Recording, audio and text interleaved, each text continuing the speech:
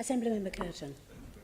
Thank you, Mr Mayor, for your statement, and particularly for broaching the issue of the Al-Quds Day parade, where Hezbollah flags are marched through the streets of London. The Hezbollah flag, as you probably know, has a gun, an assault rifle on the front, and it causes great distress and alarm to lots of people.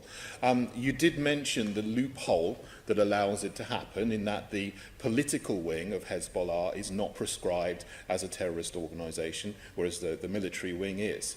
Unlike countries like the United States, Israel, France and the Netherlands, where the whole of Hezbollah is prescribed as a terrorist organisation. Now, in the Mayor's question time last year, on the 20th of July, I did ask you about that, whether you would call for the political wing of Hezbollah to be prescribed, and you would probably need to approach Amber Rudd, the Home Secretary, to do that. And you said, no, that's not what I've committed to do.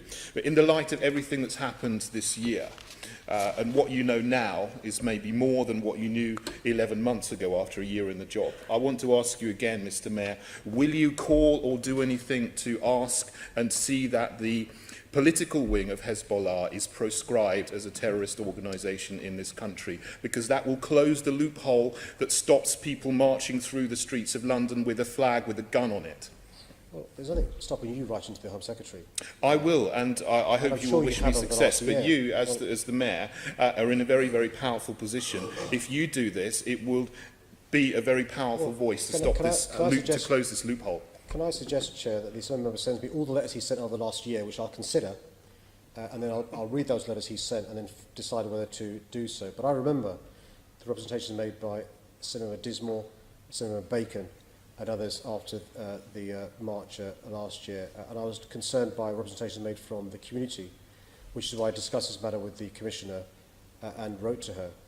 You'll be aware, of course, being well versed with the law, that as the Home Secretary decides whether marches take place, but also whether organisations are prescribed. And once I've read your letters setting out the evidence, I'm sure I'll consider whether that writing to Home Secretary is the right thing to do. Okay. It seems I have an answer of sorts. Thank you. Thank you. Assemblymember Dismore. Thank you, Chair. As you know, I represent the Jewish community in the country, in Barnet and Camden. And there's been a lot of concern about this protest, Al-Quds demonstration, and I wrote to the police myself about it, and I attended the counter-protest and spoke at the counter-protest. I am concerned there's been a bit of mischief making by some people who've been blaming you for what happened, rather than actually reflecting that the powers actually lie with the Home Secretary. There is concern that there is a false distinction between the alleged political wing and the military wing of Hezbollah. But I simply put it this way: if there was a distinction, wouldn't it have been better if those flags, instead of displaying a Kalashnikov, displayed the ballot box? I think your logic can't be argued with. But can I just say this? I mean, it's just worth us recognising the difficult job that police have. The police sought legal advice. They had people on the ground who are well versed in other languages.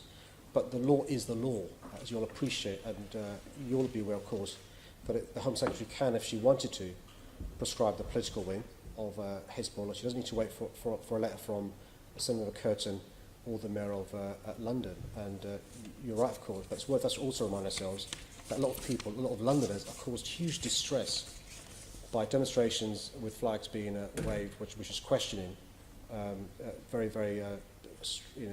the existence of not just states, but also people who are very concerned about families and others, and it's recognising that children and others were also in the demonstration, which also raises lots of questions.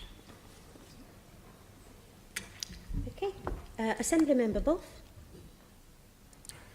Mr Mayor, last year you acquainted us with the problems that the police have with regard to policing these kinds of demonstrations, and it's not always very easy just to go in and snatch a person who may be displaying an illegal banner.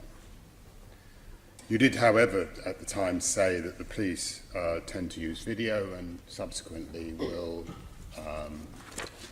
will prosecute or take further action as required. Could you write to me and let me know what action was taken as a result of last year's Al-Quds march, which you undertook at the time? Could you undertake to do that? Happy to do so, Chair. Thank you.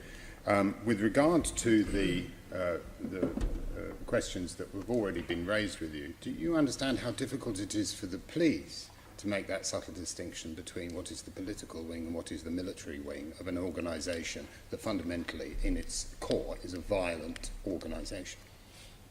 Particularly, I mean, just to give you an example, that some of the flag had stapled on them the word political, and so you can appreciate the loopholes that are obviously there, but of course I do. Do you think that your opinion would assist in the Home Secretary putting into place perhaps a redefinition of what is a banned organisation in order that the police can do their job, do a better job? And I'm sure that it's in your interest, you want the police to be able to do a better job and have laws and definitions which assist them in doing their job. Well, of course, Chair, if the Assembly Member wants to send me all the letters he's written, the evidence he has to the Home Secretary, I'll also consider that as well. You will consider that, but you will write to the Home Secretary to say that this needs clarification? I'll read all the letters you've written to the Home Secretary and consider whether that gives me the grounds to write to the Home Secretary. I'm sorry, I'm asking about you, Mr Mayor. What action will you take with regard to making the job of police in these demonstrations easier for our police officers? The biggest help I can give to the police in doing their job is to get sufficient resources they need from the government. And that's what I've been doing first and foremost. The more resources they have, the better they can do their job in police in London. And that includes demonstrations, obviously, in relation to police in protests, having people to speak the language, people to take video evidence, people to seek legal advice from the CPS. And I'm sure you'll join me in doing my best to give the police the resources they need to keep us safe. There was a reply about 2 questions ago, which would have been fine if you just said, yes, I'll do that. But you seem to be avoiding saying, yes, I'll do that. So let's try and readdress it. Will you write to the Home Secretary and say that we need to clarify what is a banned and not banned organisation in order to assist policing such demonstrations in the future? Will you do that? I'm really happy to read all the correspondence you've sent to the Home Secretary. Will you and then do decide that, what to do. Mr Mayor? Will you do that? Don't ask me what I'm doing. I'm asking what you're doing. Will you do that? I'm really happy to read all the letters you've sent to the Home Secretary and consider whether there's evidence to make the submissions you want me to make. Will you, Mr Mayor, look after the interests of the Jewish population of London and write to the Home Secretary to ask for the clarification of the rules on what is a banned organisation? I've been in close contact with the Met Police Commissioner, and one of the best ways to protect vulnerable Jewish Londoners is to get more resources for the police service. That's what I intend to do. And if you want to join me in that, it makes my life a lot easier. I will join you when you start doing your job, Mr Mayor. Thank you very much for those answers. I'm sure Londoners will be fascinated with your lack of willingness to address this problem. Well, can I congratulate you on that pre-written rant from you. It's appreciated. Okay. If you want to check, I'll show you. You show me your briefing. I'll show you mine. All right? Okay. We'll have a deal on that. Okay.